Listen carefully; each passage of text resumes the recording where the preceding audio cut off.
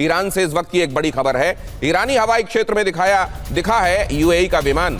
Mehrabad में land हुआ है यूएई का विमान। फार्स की पुष्टि है कि उड़ान के लिए अनुमति थी और वो पूर्व हवाई क्षेत्र से दाखिल हुआ है। अब ये आशीष ने ये खबर आप तक पहुंचाई है। इस खबर के मायने क्या हैं, आशीष आपको बता रहे हैं।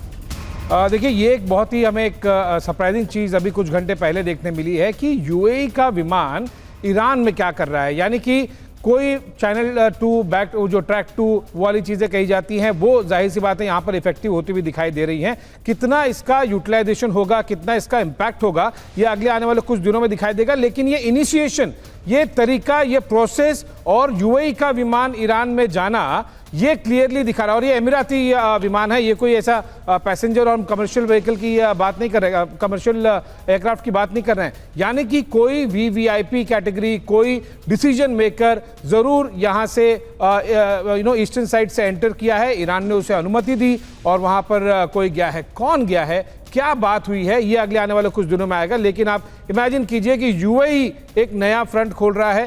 ट्रैक 2 बोलिए, ट्रैक 3 बोलिए, लेकिन ये अगले आने वाले कुछ दिनों में दिखाई देगा कि ये एक नया चीज पैटर्न दिखाई दिया। क्या चल रहा है दीपक वोरा सर से भी समझते हैं सर, ये लैंडिंग क्या कहती है?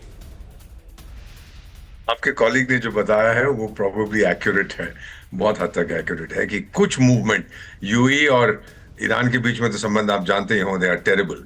वो वहां कहने गया है कि चलिए अब जरा खामोश हो जाइए, let's see what we can do. मेरा मानना है कि ये ट्रम्प साहब जब कहते हैं दोनों साइड सीज फायर में बहुत इंटरेस्टेड है, इमीडिएट सीज फायर, ये उनके वर्ड से हो सकता है कि यूएई जो बहुत हद तक निर्भर है अमेरिका पे, उसको उत्साह हो कि भी जाओ और जाके कुछ करके आओ, वहां पे उनको बोलो शांत हो जाए, फिर मैं इजराइल को भी बोलूंगा शांत हो जाए। सो आई थिंक अगर जो अनाउंसमेंट की है ईरानियन प्रेस ने कि ईरानियन मिलिट्री ने कहा है कि अब हम हमले रोक रहे हैं, अगर वो लेबनान को ये जो कंडीशंस लगाते हैं फिर इसमें बात नहीं बनती है। So my own feeling is कि यूएई यहाँ कुछ करने की कोशिश जरूर करेगा। Iran doesn't trust them, UAE doesn't trust them, but America की बात यूएई टाल नहीं सकता है सर। तो मतलब ये एक और डाकिया सर्विस जैसी है जो पहले पाकिस्तान के जरिए हो रहा था। हो सकता है यहाँ पर वही पुश हो और यूएई गया हो। हासिल क्या होगा ये देखने वाली बात है। और ये अगर वाकई कुछ हासिल होना होता तो इसको पॉम्प एंड शो के साथ किया जाता और बताया जाता दुनिया को कि हम ये कोशिशें कर रहे हैं। जाहिर है इससे हासिल क्या है खुद उन लोगों को नहीं मालूम जो ये कर रहे हैं, इसीलिए इसको इतना गुप्त रखा जा रहा है। और इजराइल ने ईरान के 15 ठिकानों पर हमला किया है। आईडीएफ ने कई मिसाइलें लॉन्च की हैं, कई मिसाइल लॉन्च साइट्स को माफ कीजिए निशाना बनाया है और हमले में ईरान के सैन्य इंफ्रास्ट्रक्चर को भारी नुकसान पहुंचा ऐसा बताया जा रहा है। ईरानी मिसाइल के खतरे के जवाब में ये हमले का दावा है। ऐसा कहा जा रहा है कि वो जो खतरा ईरान की तरफ से मिसाइलों का आ रहा था इसलिए ये किया गया। जरा यहां की भी आवाजें सुनिए। अब तक ये देखिए कि अरब में फिर ये जो महासंग्राम छिड़ रहा है इसके कुछ नुआंसेस देखिए।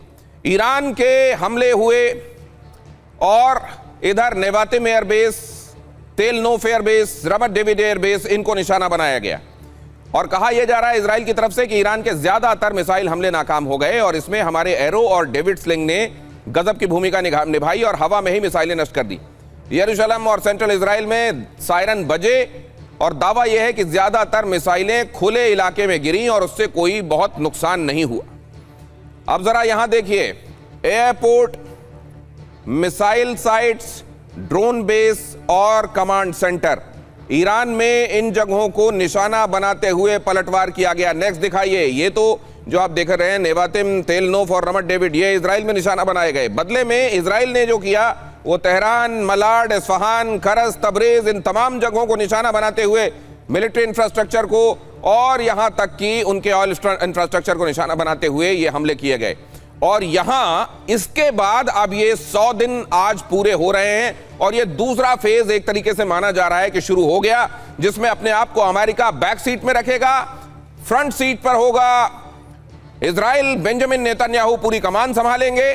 और क्या ये सब उसी कोऑर्डिनेशन और सिनर्जी के साथ होगा जिसके लिए इजराइल और अमेरिका जाने जाते हैं, या कुछ डिफरेंसेस हैं? खास तौर से अमेरिका ने जिस तरह का हॉट टॉक की है बेंजामिन नेतन्याहू को बुरा भला ट्रंप ने कहा है और उन्होंने खुद ये स्वीकारा कि मैंने अब शब्द कहे हैं कि अब ये बात वैसी नहीं रहने वाली जैसे बीते दिनों दिखी है। इसके कुछ इनपुट्स मिलने लगे हैं, कुछ इशारे मिलने लगे हैं, मैं आपके सामने रखूंगा और उसको हम उसकी डिटेलिंग में जाएंगे। लेकिन देखिए जरा, बहुत बड़े हमलों की तैयारी में यहां पर अब ईरान दिखाई दे रहा है। ईरान ने अपना एयर स्पेस बंद कर दिया है। ईरान के अंदर सिविलियन उड़ानों पर रोक लग गई है।